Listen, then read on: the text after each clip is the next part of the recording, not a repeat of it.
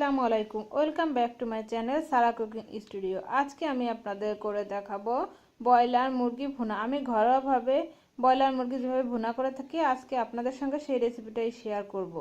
আমার রেসিপিটা ভালো লাগলে আমার চ্যানেলটিকে সাবস্ক্রাইব করবেন এবং পাশে থাকা বেল বাটনটি চেপে দেবেন, তাহলে আমি যখনই কোনো নতুন রেসিপি আপলোড করব নোটিফিকেশন পৌঁছে যাবে আপনার মোবাইলে। আমি এখানে 1/3 কাপ রান্নার তেল নিয়ে নিলাম। তেলটা গরম হলে তাতে দিয়ে দিলাম 3টা এলাচ, 2 টুকরা দারচিনি,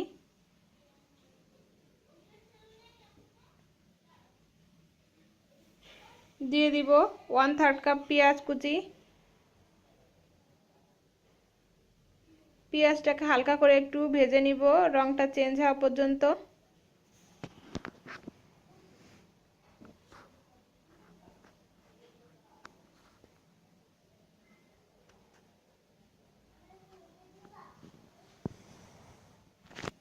পেঁয়াজের রংটা চেঞ্জ হয়ে গেছে, দিয়ে দিব 1 চা চামচ রসুন বাটা,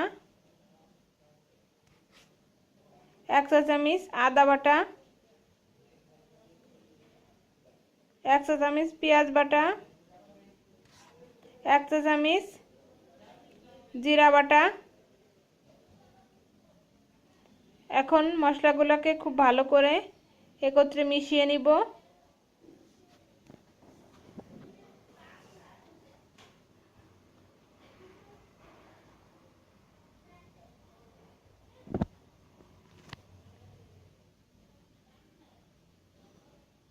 দিয়ে দিব পরিমাণ মতো হলুদ গুঁড়া,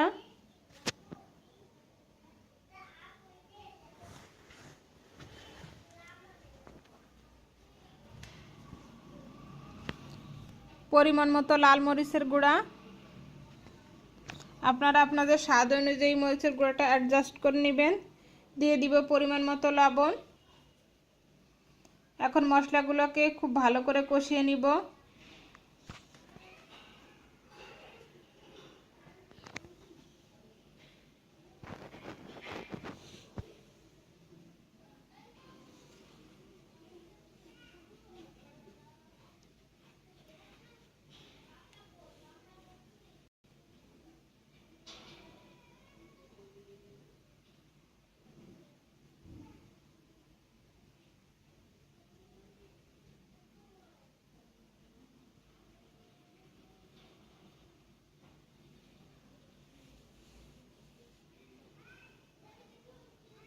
দিয়ে দিব সামান্য একটু পানি।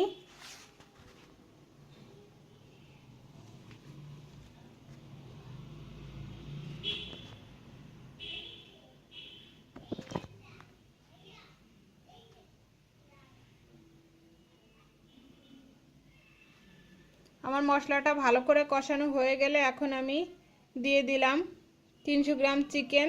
এখানে আমি কেটে পরিষ্কার করে নিয়েছি। এখন চিকেনটাকে মশলার সঙ্গে খুব ভালোভাবে কষিয়ে নিব।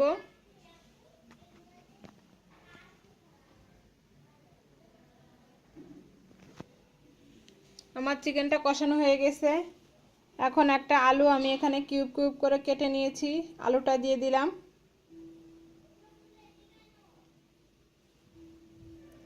এখন আলুটার সঙ্গে ভালো করে কষিয়ে নিব।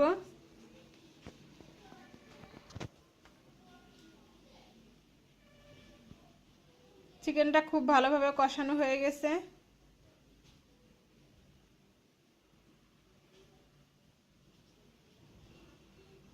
তেলটা উপরে উঠে এসেছে।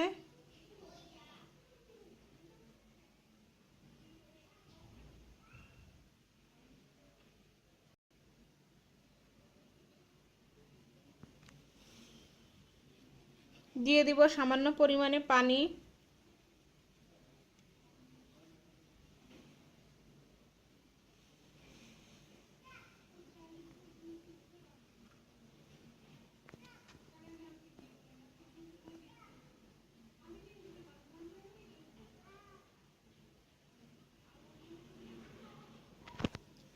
পানিটা শুকিয়ে গেছে।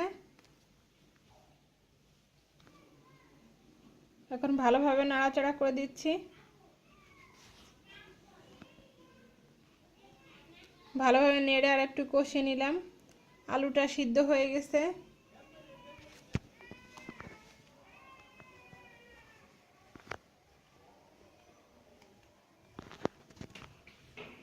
দিয়ে দিব পরিমাণ মতো পানি।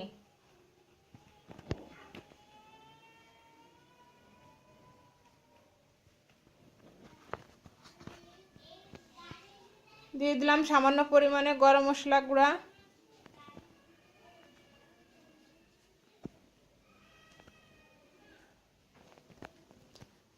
আমার চিকেনটা প্রায় হয়ে গেছে,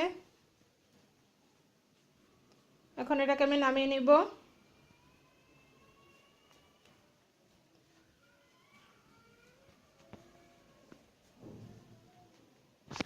তৈরি হয়ে গেল আমার মজাদার ব্রয়লার মুরগি ভুনা।